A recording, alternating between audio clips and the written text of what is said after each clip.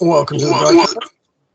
Brother Eric John Phelps, 24/7 World Radio Podcast, here today with, on this November the 1st, the day after the great and glorious Reformation Day of October 31st. And we have with us Brother George Widger to give us more information concerning the Jesuit Coadjutors in seeming to be so many places, which of course they are. In fact, I watched a movie last night called A Handmaid's Tale. It was made many years ago. I do not recommend it to watch around the ladies or children because there's fornication in it. But they had three major Jesuit identifiers in it. One of them was one of the Nazi kind of white guards said, "This is for the greater glory of God," which is Jesuitical. The second thing was they had their 36-point star, which if you add them arithmetically, 1 + 1 is 2, + 2 is 4, + 3 is 7. You add that up for 36 and you come out with 666. And then the last one was the equilateral triangle with an eye in the center, and that's been a symbol of the Jesuits for many years. So they had three identifiers in that movie. And they had this Hollywood whore, Faye Dunaway, in there that she always plays a part, something like that. And she's a typical Hollywood Jewish whore. And I hate to say it, but she's a racial Jew, creating more anti-Jewish fury for their immorality that they're putting forth out in Jesuit Hollywood, which the Jesuits have done purposely. So I watched that movie on the recommendation of one of my supporters, and I got back with him and told him that obviously Hollywood is Jesuit theater through and through, no matter how many upfront Jews they use. So with that, I will defer to Brother George Widger. Brother George, welcome to the broadcast here this evening, Friday, November the 1st, 2024. Well, thank you, brother. As always, it's a pleasure to be on with you. Pleasure to have you. You sound good. Your microphone sounds good. So go ahead and let's begin. Well, I can only go downhill from here. My scripture verse is Isaiah 40, verse 22. Isaiah 40, verse 22. And you can probably figure out where I'm going with this. It says, "It is he that sitteth upon the circle of the earth, and the inhabitants thereof are as grasshoppers, and stretches out the heavens as a curtain, and spreadeth out them out as a tent to dwell in." Okay, I wasn't going to exegete, i.e. interpret that scripture verse, because it pretty much is self-explanatory. However, what I did want to talk about is something that one of your listeners from Australia, Hilkiah, I believe in Adelaide, sent me. I guess there was a documentary that came out within the last decade or so called Heliosorcery. And for those who've not seen it, I would recommend it. I think you can still catch it on YouTube, surprisingly enough. Okay, hold it just a second, George. We want to slow down. We want to speak clearer. So what's the name of the movie? Heliosorcery? Correct. Okay. Heliosorcery. Okay. Okay, so why do I bring this up? Well, one of the things they bring up in this documentary is the Douay Rheims Bible, which was basically an early English form or modern English form of the Bible. It was put out in 1582, the New Testament. It was a Jesuit Bible to counter what they were doing with the English Bible, and ultimately the AB 1611. So it was calculated to supplant or bring into disrepute the developing English Bible. That would be the culminate in the AB 1611. So it's a Jesuit New Testament, the Rheims Douay of 1582. Correct. Now, they came out with the Old Testament in 1609, so just before the 1611. So, right. However, it's interesting how they render the same passage, Isaiah 40, verse 22. In the Douay Rheims, it says, "It is he that sitteth upon the globe of the earth, and the inhabitants thereof as locusts. he that stretches out the heavens as nothing and spreadeth them out as a tent to dwell in. No matter if I read that again. Oh, please do, George. Just take your time and don't be choppy and just read it smoothly, and that will be fine. Okay. It is he that sitteth upon the globe of the earth, and the inhabitants thereof are as locusts. He that stretches out the heavens as nothing, and spreadeth them out as a tent to dwell in. Gee, there's a difference between a globe and a circle. I would say. And that underlying Hebrew word is not a globe. Go ahead. But you need to understand the context in which the Hebrew scribes wrote it. They meant to say globe. They just made an error. Yeah, that's it. Yeah, right. And by the way, at this time, the Jesuits were some influential astronomers, and they were promoting the globe nonsense. Yeah, and they would not persecute Galileo for promoting the globe because they wanted the people to adopt the globe mentality, to completely hide from public view and common sense that the earth is a plane. And as Groucho Marx said, if you don't believe me, if you don't believe your own eyes, believe me. So your eyes obviously show you that the earth is flat, it's a plane. And to think otherwise is to be a victim of some sort of mind control, but Jesuit mind control. Go ahead. Yes, indeed. Now, for what it's worth, I decided to go look this up a while ago, several years ago. And because I was curious as to when did the whole idea that the earth is a globe, when did that come about? Well, I did some digging, and according to CatholicAnswers.com, the first idea was postulated back in ancient Greece, surprise, surprise, in around the year 300 BC, so over 2,300 years ago. This was pure speculation. And they said, well, we suppose the earth could be a globe. But this idea wouldn't really gain currency until about the time of the Protestant Reformation or thereabouts. So you're talking about the last about 400 or 500 years. Well, the Protestant Reformation, the leading men of the Reformation, like Tycho Brahe of Netherlands, he said the earth is at rest. So he was the first to come out and say it's not spinning on any axis, it's not moving. The earth is at rest. And then later on, you have other great Protestant men like David Wardlaw Scott in the late 1800s that say absolutely the earth is a plane. Alexander Gleason, another Protestant American, who came out with a flat earth map that everybody should have one hanging up in their house. He was another Protestant Bible believer. So Protestantism and freedom of conscience and invention pioneers the earth being at rest and that the earth is a plane. Okay, well, some people might accuse me of engaging in a straw man. And I know I've said this before, but most of the ideas that we consider to be scientific are anything but. They, for the most part, are based on Greco-Roman mythology and philosophy. Amen.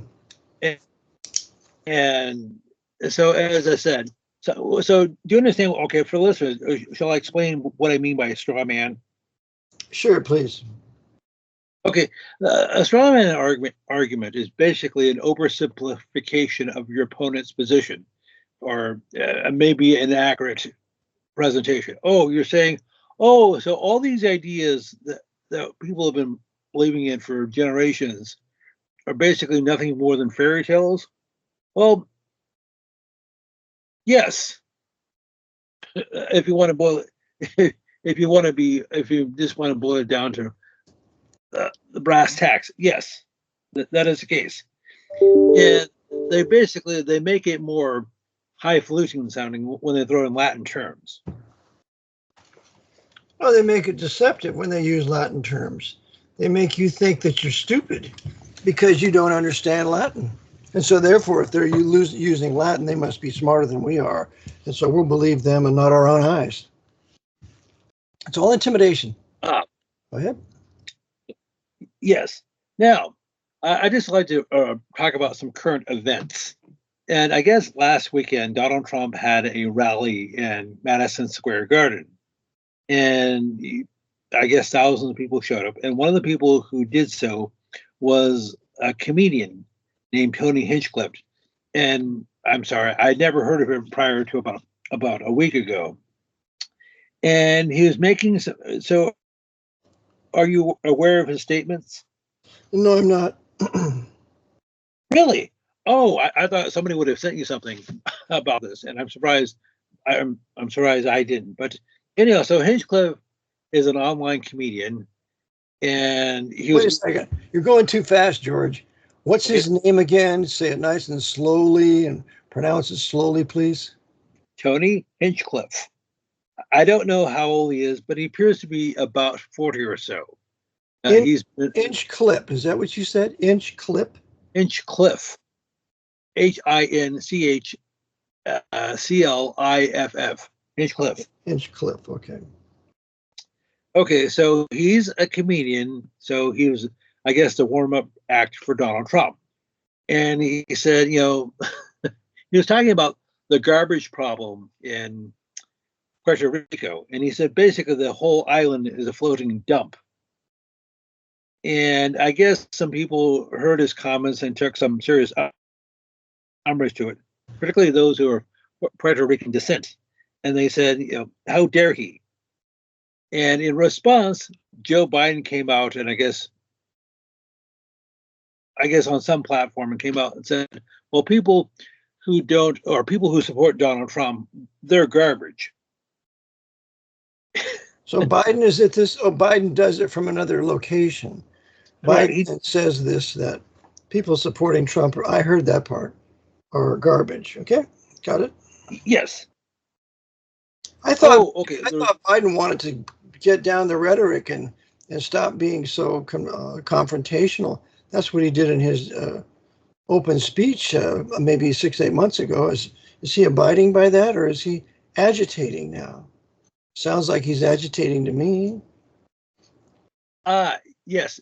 And before, there's something I forgot to mention about Tony Hinchcliffe. He is from Ohio, Youngstown, and he went to Ursuline High, in Youngstown, which is a Catholic school. Okay.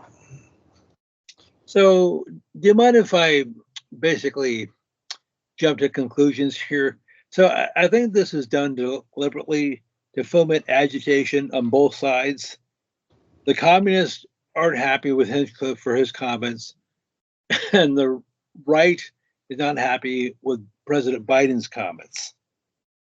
Yep, that's right. They're working together. So, and of course, this is somewhat analogous as to what Hillary Clinton said back in 2016 when she referred to Donald Trump supporters as deplorables. Yeah, to further the agitation. Mm-hmm. Now, however, this language is not new. It goes back probably to at least the late 19th century. And okay, well, you don't like it when I apologize, but please, you'll have to forgive me. I don't get upset if there's something to apologize about, George. But when you generally want to apologize, there's nothing to apologize about. You're just stating a fact. And there's no need to apologize for facts. However, how offensive they may be, they're still facts. And we don't apologize for provable facts. Go ahead. Okay, so for what it's worth, this goes back to at least the 19th century, this sort of language, these ad hominems, these invectives, whatever you want to call them, these negative labels that people attach to people. The term, now it's a matter of debate as to precisely when this came about, but something that became an expression that became popular, say 150 years ago, was white trash. This was used to describe basically the defeated South after the war between the states. And it continued well into the 20th century.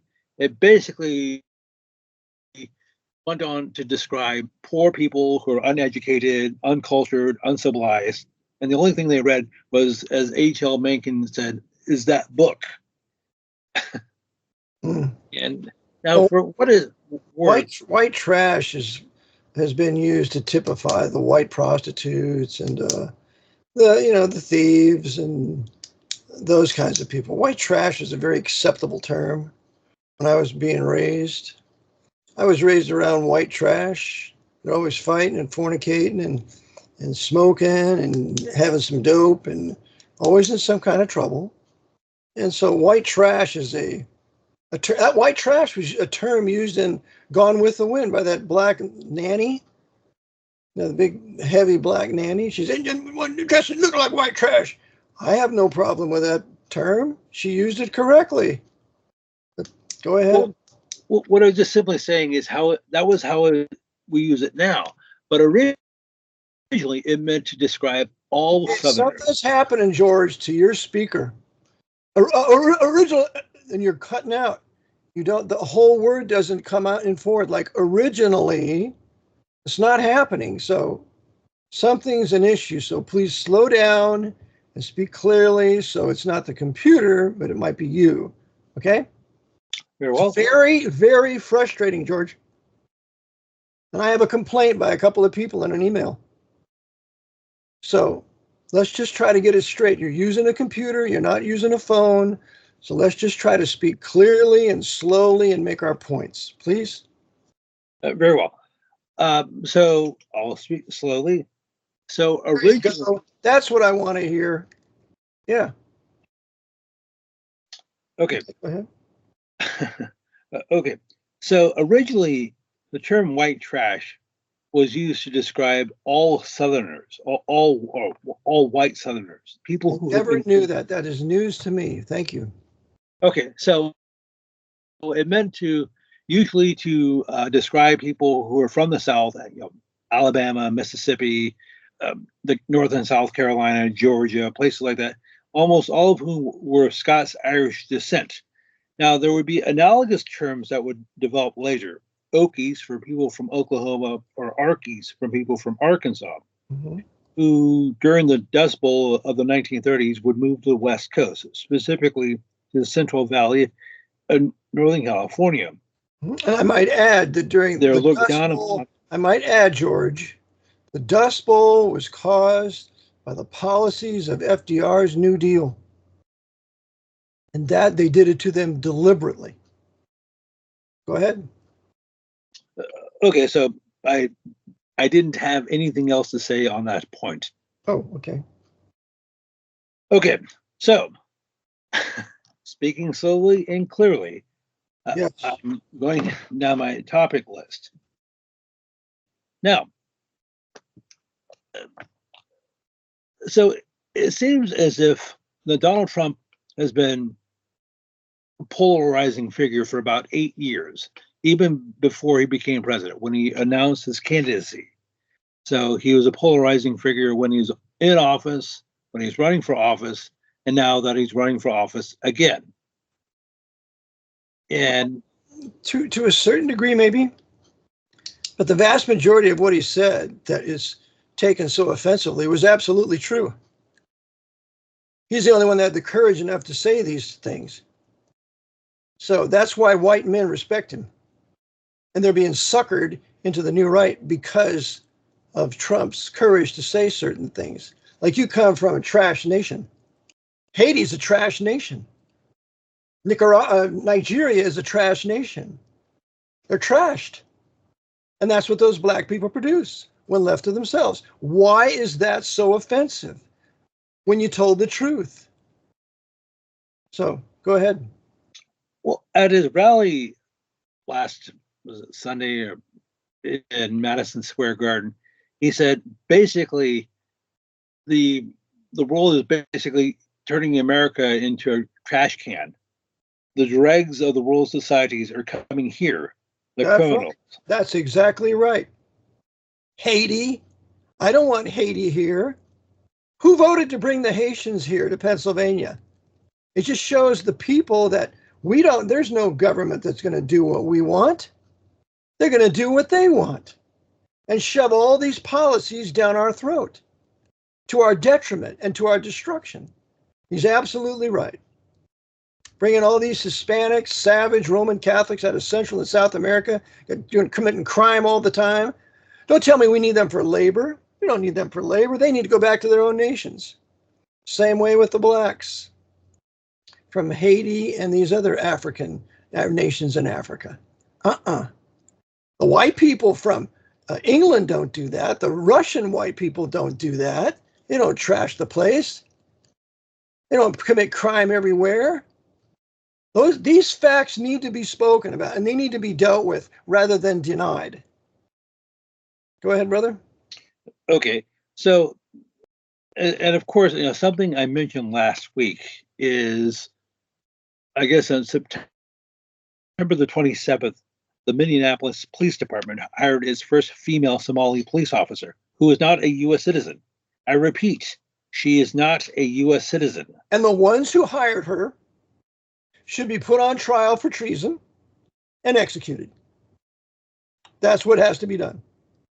There has to be a fear of promoting these illegals here, these criminal illegals, because the moment you come in this country illegally, you're a criminal. We have laws regulating who we let into our house. And if you don't obey those laws, you're an invader. It's like the average, if you do not invite somebody into your house, he just comes in your house because he wants to, he's an invader. And he needs to be neutralized. I would shoot him. How dare you come in my house without my permission, you stranger? I have to presume you want to do me harm. So whoever promoted her needs to be tried for treason. And there's only one penalty for treason, and that's death. It's time that some of these people start dying. Because it's not the people that the people that are killing them, the law kills them. Treason. Treason brings a death penalty. Go ahead, George. Amen. So, anyhow, something I mentioned last week is over the last month or so, I've watched a few of J.D. Vance's speeches. Now, just for those who don't know, J.D. Vance is a senator from Ohio, and he's Donald Trump's vice presidential running mate. And I saw Vance's debate with Tim Walz recently, and I've seen him at other rallies. And as I said, I, for the most part, agree with almost everything he says. He's perfectly reasonable. He's perfectly cogent. And if I were going to vote, yes, I would actually cast my ballot for him and Donald Trump. Now, as I said, however, there is a downside. He's a Roman Catholic, and not just a Catholic. Breaking up again, George. There is a downside. You're breaking up. Just speak smoothly and complete the word, okay, please? Very well. I don't know what the problem is. I'll proceed. So recently, Vance was at a rally, I guess, in Phoenix, Arizona, with Charlie Kirk. Charlie Kirk is with Turning Point USA. So are you familiar with Charlie? Am I familiar with Charlie Kirk? Is that your question? Correct. Yes. No, I'm not. So since, I guess, 2018 or thereabouts, he's 31 years old. He does a podcast in which he talks about current events and politics and things like that. And he's like a non-denominational evangelical Christian, whatever that means.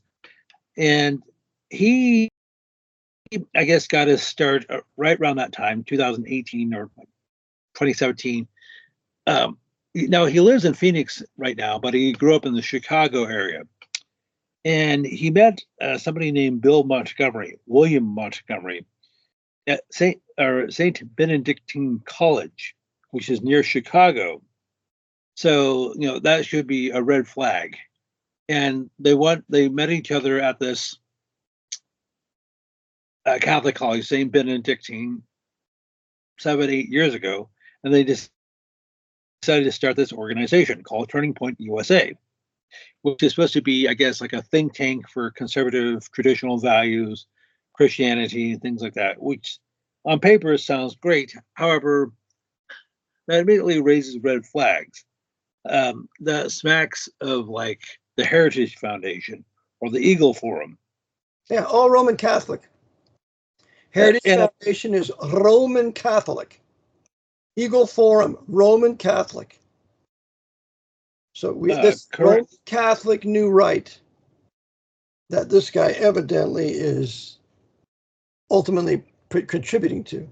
Go ahead. Correct. So I guess Charlie, has been reaching out to so-called evangelicals, to pastors and people like that, going to churches and saying, "Hey, can we get your congregation to support such and such candidate or such and such proposition or measure?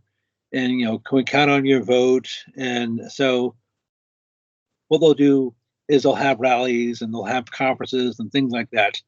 And it's supposed to be, I guess, grassroots. So I'm not sure if Charlie is read in.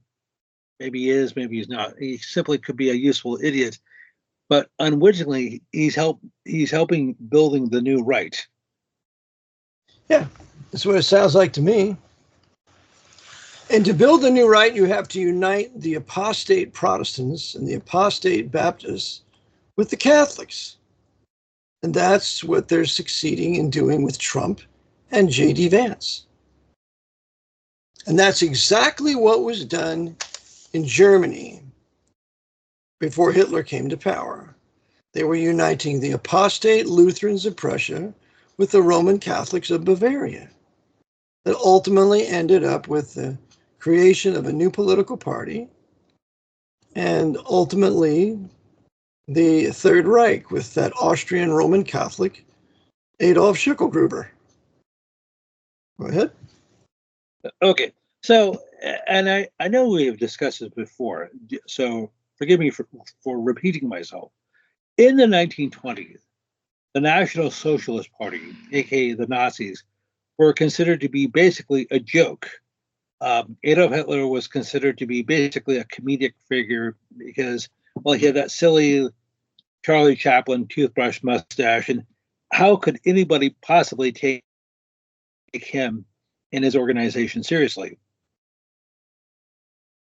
But then remember, with the Beer Hall Push in 1923, and they had their march in Bavaria, guess who was marching with him? The man who was marching with him was the son of Kaiser Wilhelm II. We had Ludendorff marching with him. Yeah, Ludendorff was marching with him, and Kaiser Wilhelm II was backing Hitler. So now you have these men of power backing Hitler publicly. And Ludendorff marches with Hitler. Ludendorff had been a general in World War I. Erich von Ludendorff. And so now you have men of stature backing Hitler, which changes everything. And you have the same thing with Trump. Men with stature backing Trump and Vance. The foremost being the Archbishop of New York City. There's a man of stature and power. Go ahead. Just like Michael von Faulhaber, the Archbishop of Munich backed Hitler against the communists. Okay. So as I said, in the 1920s, the Nazis were considered a joke, maybe a violent joke, but they didn't really become a force to be reckoned with until they were to unify with the apostate Protestants of the North, which they're able to do largely through Freemasonry. But remember this, in Bavaria, the communists took over Bavaria for 19 months, something like that. And of course, they're led by open and notorious Jews, but there are German communists also, and they were creating crime everywhere. And this drove the white Catholics into the arms of the new right there, which would be the Nazi Party. And that was the purpose of putting Bavaria under communism for some 19 months. And even Pacelli, when he was the Cardinal Secretary of State, visiting Bavaria, according to Hitler's concubine, La Popessa, she said she saw the Cardinal Pacelli, give Hitler a bag of gold and say, go after the communists. So they're backing Hitler with money, with the Vatican hierarchy, and it's the same exact thing that's happening with Trump. The Vatican hierarchy is absolutely backing Trump. Okay, and I need to make a quick correction about Charlie Kirk. Charles J. Kirk, born October the 14th, 1993. So he just turned 31 years old. He actually founded, or allegedly, Turning Point USA, and is the executive director of Turning Point Action. Turning Point Action, that sounds like Catholic Action under another name. Well, that sounded like an unfounded conspiracy theory, if you ask me. Yeah. Okay, so anyway, so we talked about Charlie Kirk, but there's another Kirk in terms of the political world who most people don't know about, who's probably just as important. That's Russell Amos Kirk. Have you ever heard of him? Russell Amos Kirk? Correct. Amos. Correct. Kirk, Kirk. Kirk is like, Captain Kirk. Oh, we can never forget Captain Kirk. Go ahead. Yeah. Yes, James T. Kirk. Well, this Kirk, Russell Kirk, he lived from the 19th of October, 1918, died on April the 29th, 1994. He basically is considered to be the architect of the new right in post-war America. Along with William F. Buckley, he co-founded the National Review in 1955 and helped get Buckley his start on the firing line, 1966. So Russell Amos Kirk was a Roman Catholic, correct? Well, he grew up Episcopalian, but he switched over to the Catholic Church. Yeah, well, Episcopalian and Roman Catholic is identical. So he is a Roman Catholic. Is he a Knight of Malta? Because I don't know. Because if he's affiliated with William F. Buckley, there's a very good chance that he's a Knight of Malta. And if he gave William F. Buckley a start, why, the Buckley that became the very powerful man that he was had to be aided by this Kirk, who was a knight also. He had to be a knight. Okay, so for what it's worth, this Kirk, Russell Kirk, was in the OSS. He was a good friend of William Donovan. Okay, well, we know Donovan was a Knight of Malta, and Saint Sylvester, and a few other papal brotherhoods. So it's not out of the question to conclude that Kirk is also a Knight of Malta, a former OSS, as was James Jesus Angleton and Raymond Rocca. Both of those were OSS. Both of those were Knights of Malta. Both of those were in CIA counterintelligence and agents in the Kennedy assassination. So this Kirk, this Russell Amos Kirk, is a very important figure, and I'm so glad you brought him to my attention. Okay, well, he wrote, or allegedly wrote, most likely had a Jesuit pen this for him, a book in 1953 called The Conservative Mind, in which he basically talked about the future of America. When I say future, the remainder of the 21st century and the whole Cold War, and how America was going to defeat Russia and the whole Iron Curtain. And so this book, The Conservative Mind, was written in 1950. When? So just over 70 years ago. 31 years ago. Let's see. Okay. And it was about what now? Okay, well, it's about it covered a number of, this Russell's book covered a number of topics. One of which was how the United States was going to defeat Russia in the Cold War, basically by outspending them. I know that may sound like a simplistic answer, but that's basically how the United States did it. And I know we've covered this topic several times. Also, George, that's so utterly ridiculous. The Russia in 1945 was in ruins. They had the largest invasion in world history of 3 million men, of Germans, and 3,000 tanks. And you had the Battle of Kursk, and you had the decimation of most of the Jewish populations, and you had Stalin killing the patriotic officers in the Red Army. I mean, Russia was in shambles. to think that they could ever possibly to defeat the United States in a war is a Catholic canard designed to drive us all into the fear of the Russians and the fear of the USSR. It's utterly disgusting and irritating and angering that this propaganda, I believed that trash years ago, was now put down their throats in 1953. That's 8 years after World War II. Go ahead, brother. Well, if you think about it, yes, you're correct. You didn't know that. I mean, that was the year you were born. Our 1953 is the year you're born, and this book, The Conservative Mind, came out. However, the general population did not know that. They didn't know the truth.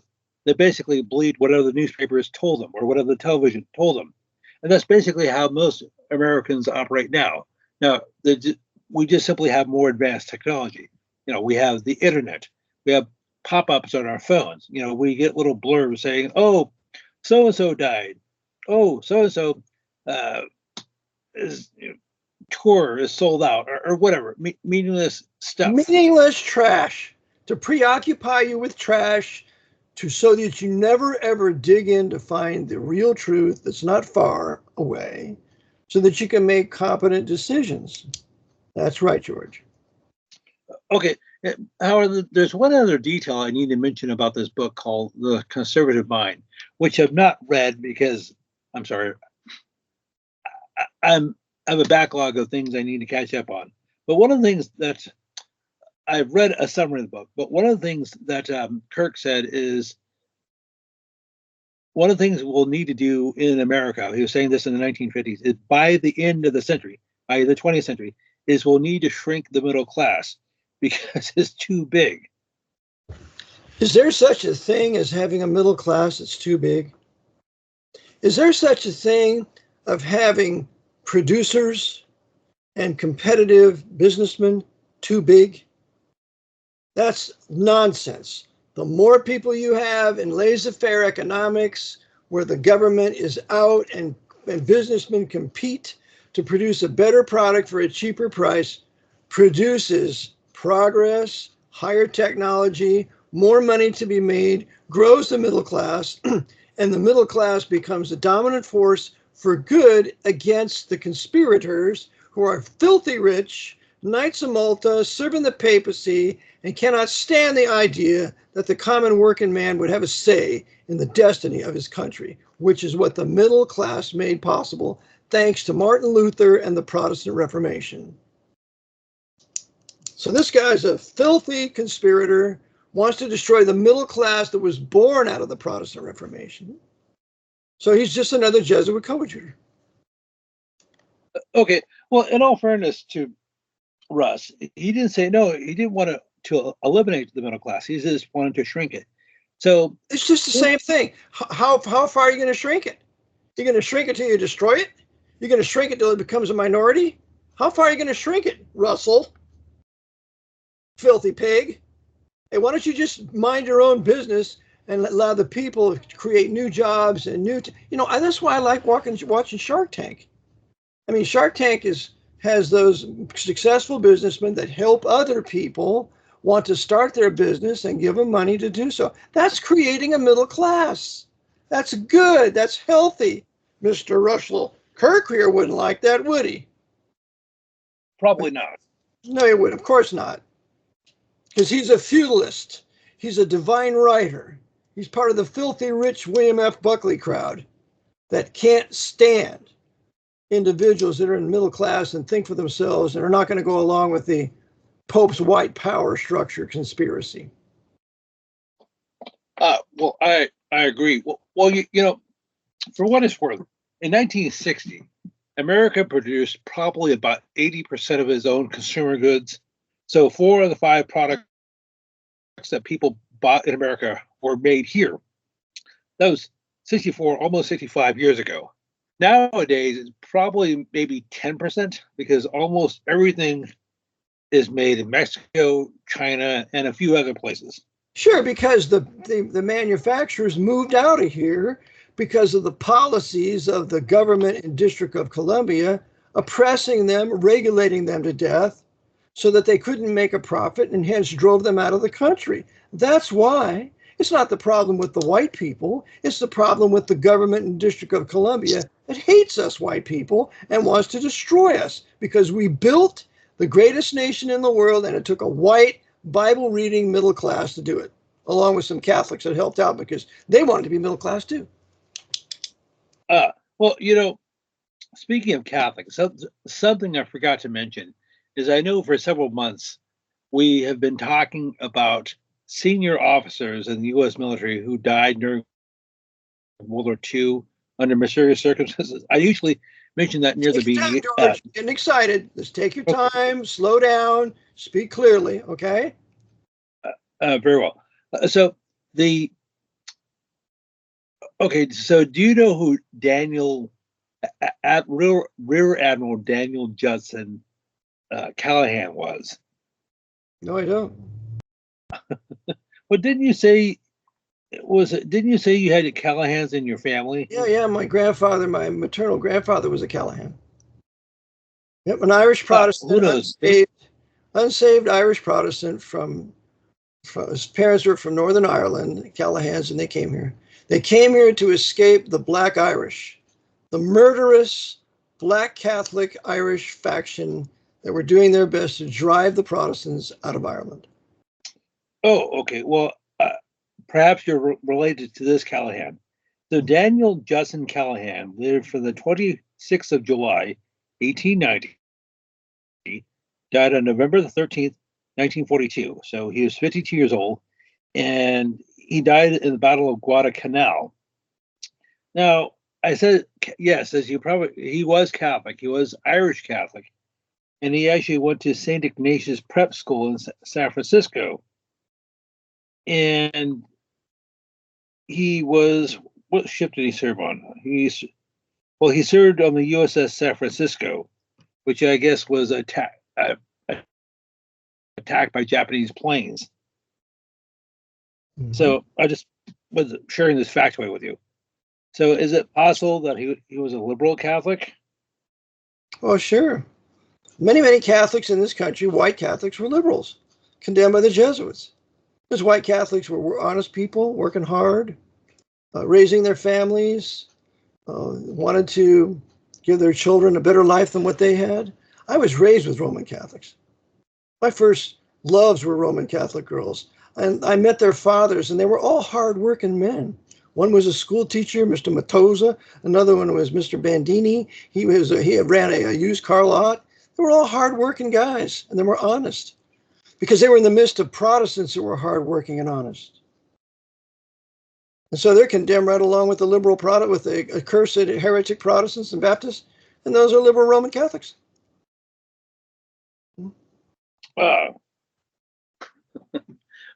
Well, so that was all I had to say on this Admiral Callahan. So you said you had never heard of him before, and it seems suspicious that he died in the Battle of Guadalcanal. There again, it's possible that Guadalcanal was a sacrifice. Island hopping in World War II, Tarawa, Guadalcanal, Wake, all the island hopping was designed to prolong the war, to kill white men of the South, because I'd say the majority of the white men in the Pacific were from the South. So we got to kill those people off. And then we'll also have to kill off as much Japanese manhood as we can, because those Japanese manhood expelled the Jesuits and didn't want them in their country. And so now it was payback for over 200 years that the Jesuits have been expelled from Japan. So we now have to kill Japanese manhood, in addition to white Protestant, Baptist, and Catholic American manhood, to weaken those nations, to fit them for the coming 20th century, or for the 20th century, whereby those nations would be reduced to commercial colonies. Japan was a commercial colony, and they would have never become a commercial colony had their bravest and strongest of men not been killed in World War II. So it was a dual kill-off on the part of the Jesuit order. And so just as we've discussed, before. Just like Barbarossa was a dual kill-off. It was Yes. basically to eliminate the best of the Russian manhood who were apostate Russian Orthodox for the most part, and to kill off, for the most part, apostate German Protestants. The Lutherans. Mostly The Lutherans. That's right. So we will have the Battle of what was that horrible Stalingrad, where we have the beautiful white manhood of Lutherans and the Germans killing the beautiful white manhood of the Russian Orthodox, to the point of killing, I believe it was nearly 1 million men that died in the Stalingrad campaign, of which it was really a non-military goal to acquire. I mean, Brother Vlad told me that, and he's Russian Jew. He had a broadcast with me. And so it was a nonsensical, useless sacrifice of manhood if you're thinking about it militarily. But if you're thinking about it pursuant to the Jesuit order, they're killing heretics and liberals by getting them to kill each other. It's the same exact thing with the English and the Germans in World War I, so that they would incite these white Protestants and Baptists to kill each other in that war. Same way with the Boer War. We're going to incite these white Protestant Boers to be killed by the white Australian Protestants. British will bring them over. And so it's a mutual annihilation of enemies that the Jesuits hate. So all they had to do is get them to hate each other and want to kill each other, and flip the domino, and they're on their way. Well, okay, if I could just change gears somewhat. Now, you said you like to keep this to about an hour or so. Yeah, about an hour, George. We got about another 10 minutes or so. Okay, so I realized yesterday was Reformation Day, and okay, I just okay, I'll try to speak slowly and clearly and avoid any filler words. Yeah, think about what you're going to say, and then go ahead and say it slowly and clearly. Okay, so yesterday I caught the film Conclave. Have you heard of it before? I heard of it. One of my supporters, Allison, said I need to see it. And so I downloaded Conclave, and it was not the right movie. It was the older Conclave. It was interesting, but it was not the new one. So I guess it's still in the theaters, and it's not available on Netflix. I didn't realize that there was another film of the same name. So yes, it's a much older. I'm not going to say it's an all-star cast, but they have some fairly well-known actors.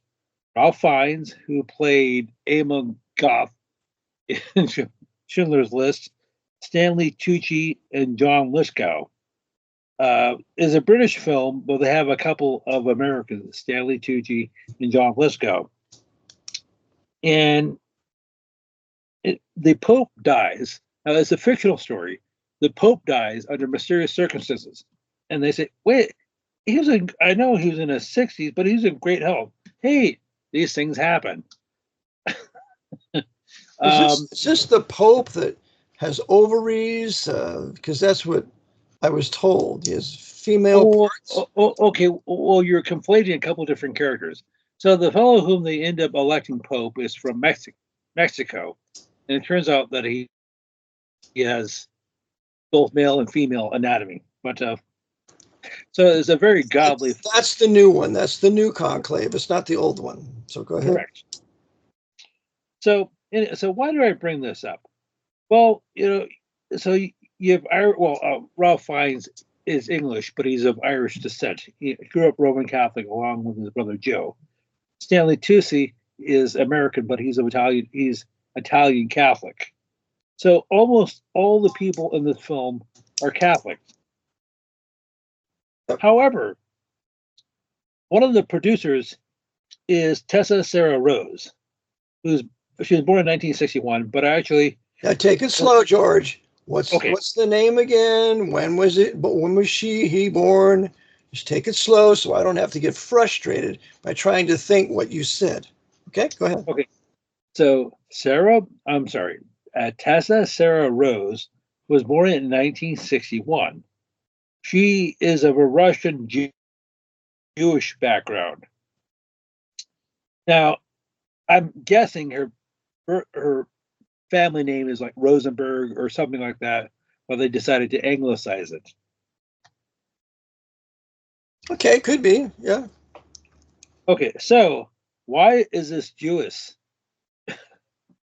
Why is she serving as a producer for this Catholic film? Because they have all the brains. Jewish women are brilliant. So we're going to use their brain power to produce our film, but it's going to be Catholic actors. Rome always uses the Jews for their intellectual prowess, brilliance. But it doesn't mean that the Jews are running things.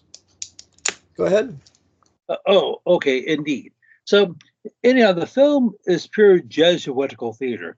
In addition to one of the plot lines you mentioned about whom they end up electing Pope, there's there are several candidates for Pope, 4 or 5, but the 2 leading contenders are played by John Lithgow, and I don't remember his name. Okay, now take your time. You're going too fast. The 2 leading contenders were who now? John Lithgow's character and Stanley Tucci's character. Okay. Now, Lithgow is supposed to be a conservative pre-Vatican II Catholic. He wants to restore the glory of the church. And whereas Tucci's character wants to bring the Catholic Church into the 21st century.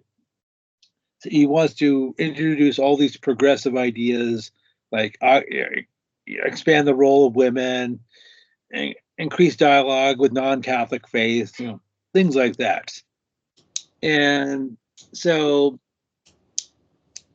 you have this artificial battle between Lithgow and Tucci. So one of the things they implied is that Lithgow actually murders the sitting pope in order to be installed. And so, as I said, pure Hollywood. Who's Lithgow? Is this Lithgow the right-wing guy, or is he the leftist, socialist, communist, universal equality with women guy? No, Tucci is the so-called liberal. Lithgow is the stick in the mud. And who kills the Pope? Well, they don't say. It's implied that Lithgow does, but they have no proof. It's implied that the new right does. It's implied that the right wing of the Catholic Church does, right? Correct. Okay. Although they said, hey, you know what, these things are, he was an old man, he had health problems, but they say, no, he didn't have health problems. He got a clean bill of health. Well, maybe the doctor was wrong. So what's your point, George?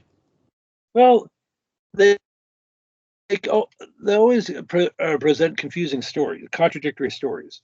Again, they have an open but false policy and a secret but true policy.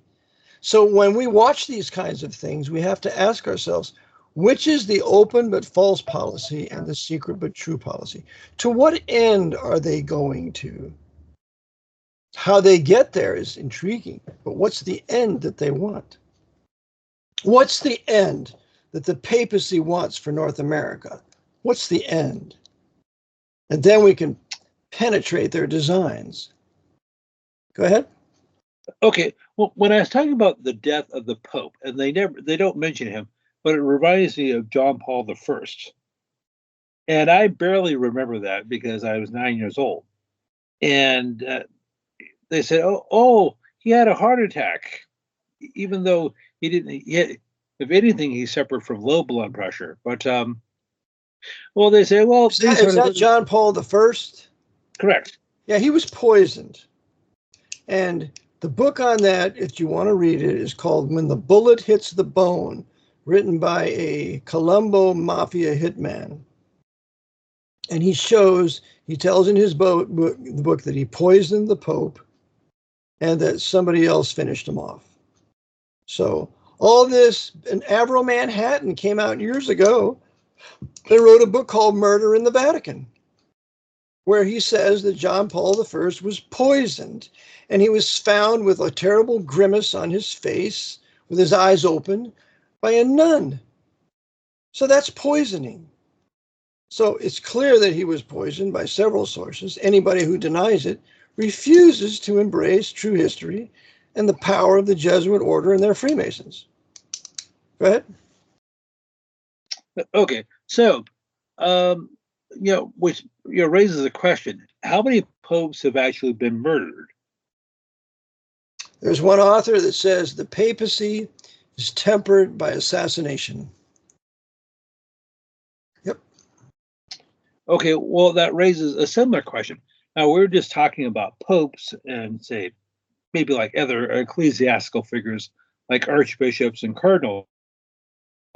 So how many people who allegedly die of natural causes, suicide, car crashes, plane crashes, they've met their ends, their demise by other means? You mean in the papacy? The priests, whatever? Well, so asking? Well, you could be talking about the papacy, but presidents, senators, prime ministers, monarchs. That's why we're supposed to have preachers that know the history of the Jesuit order and who they assassinated and why. And then we're going to take that history and apply it to the present day question: was this guy assassinated or did he just die of natural causes? Did Congressman Lundeen, when his plane went down in 1941, after he denounced the Emergency Banking Relief Act in 1933, did that plane go down as an accident or was it deliberately brought down? Was Paul Wellstone, who was against the Iraqi war and a Democrat, when that senator opposed the Iraqi war and the airplane that he was on with his family went down, do you think it possibly was done deliberately? Well, in the eyes of the Jesuit order and their history, it's absolutely possible. They eliminate their enemies. That's in their doctrine. So we have to see this is their doctrine, this is their history, and we have to conclude that indeed they killed Paul Wellstone and other congressmen and senators in the past. Sure. And just people that you just thought died of natural or semi-natural causes, such as a car crash or a plane crash or a heart attack or whatever. As I said, how many of those people were actually murdered? Sure. And nobody is the wiser. Like Larry McDonald. Was that an accident that the Korean flight was shot down by a MiG?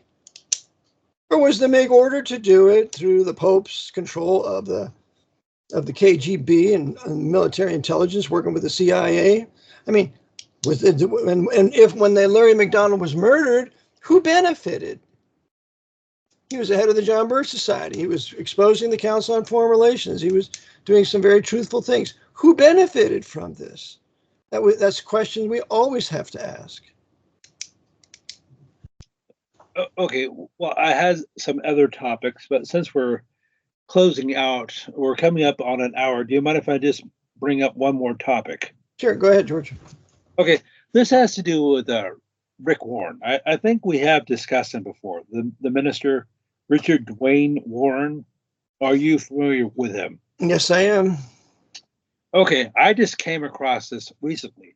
Well, some of these facts I've known for a while, several years, but I didn't connect the dots. Something I just found out recently about Rick Warren is, among other things, he's part of the CFR, the Council of Foreign Relations. He's also a member of the Council on Foreign Relations is overseen by the Archbishop of New York City, because the CFR is in New York City, and so is the Archbishop's St. Patrick's Cathedral and his headquarters for the Knights of Malta. Go ahead. Okay, so I actually had some questions about Rick, which I don't have answers to. Okay, so Richard Dwayne Warren was born on January 28, 1954 in San Jose, California. So he's almost the exact age as you are, and he grew up fairly close to you. He was born in San Jose, but grew up in Ukiah, California, which is Mendocino County, just north of me. And his education was fairly standard. He went to Cal Baptist, California Baptist College, I believe Southwest Theological Seminary, and he went to some other school. Now, take your time. Just take your time, okay? Okay. Don't be choppy. Just go ahead, right. Take your time. Proper pronunciation. Go ahead now. So yes, So, as I said, he's part of the World Economic Forum. He is a member of the World Council of Churches. He has had at least one papal audience with Pope Francis. He, back in 2014, so a decade ago, he was on the Catholic program World Over Live, EWTN, which stands for World Eternal Word Television Network. And he was interviewed by the host Raymond Arroyo about an upcoming marriage conference in Orange County, California. So my question for you is, we know the whore has her hooks into Warren, i.e. the Catholic Church runs him. Of course. The question is, how did that happen? Do you have any guesses? It doesn't matter. It just matters at who he's affiliated with and who he associates with. So how he got there, I don't know, and I really don't care. I just care about the fact that he went to see the Pope. Anybody who wants to see the Pope is serving the Pope. And World Council of Churches, the Pope runs the World Council of Churches. CFR, the Archbishop runs that. I mean, he's Catholic aligned to the hilt. So all the more reason to separate from him and then denounce him, so that the Lord's people have nothing to do with him. Don't send him any money. Don't go to any of his gatherings. None of it. Have nothing to do with it. Have no fellowship with the unfruitful works of darkness, but rather reprove them. Ephesians 5:11. And so when it comes to Rick Warren, that's exactly what needs to be done. Oh, okay. So I mentioned the fact that he grew up in Mendocino County. So why did I bring that up? You're breaking up again, George. Say that again, nice and slow, okay? Okay, I mentioned the fact that Rick Warren grew up in Mendocino County, California. Okay. Well, why do I bring that up? Well, now Mendocino County now has a population maybe 70, 80,000 people. It's less than 100,000 people. However, it's uncanny how many people have hung out in Mendocino County. Timothy Leary, Jim Jones of the People's Temple, the character commonly known as Charles Manson, that's not his real name. Richard Allen Davis, the alleged killer of Polly Klaas.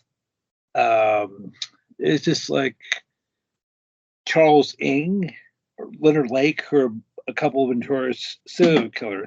So I guess Mendocino County must be a CIA recruiting center. Sounds like it, and because it's also a wine producing center. Well, I think the Dominicans or the Benedictines own the wineries there.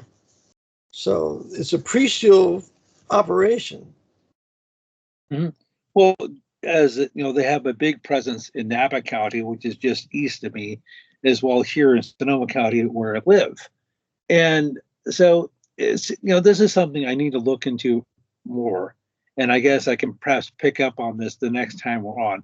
Sure. But there seems to be certain locations that they'd like to use for recruiting grounds, not just colleges or universities like Harvard or Stanford or Princeton, and those are big ones. But popular places tend to be in Indiana, around Indianapolis, Montreal, Quebec, because look at how many people have come out of Montreal.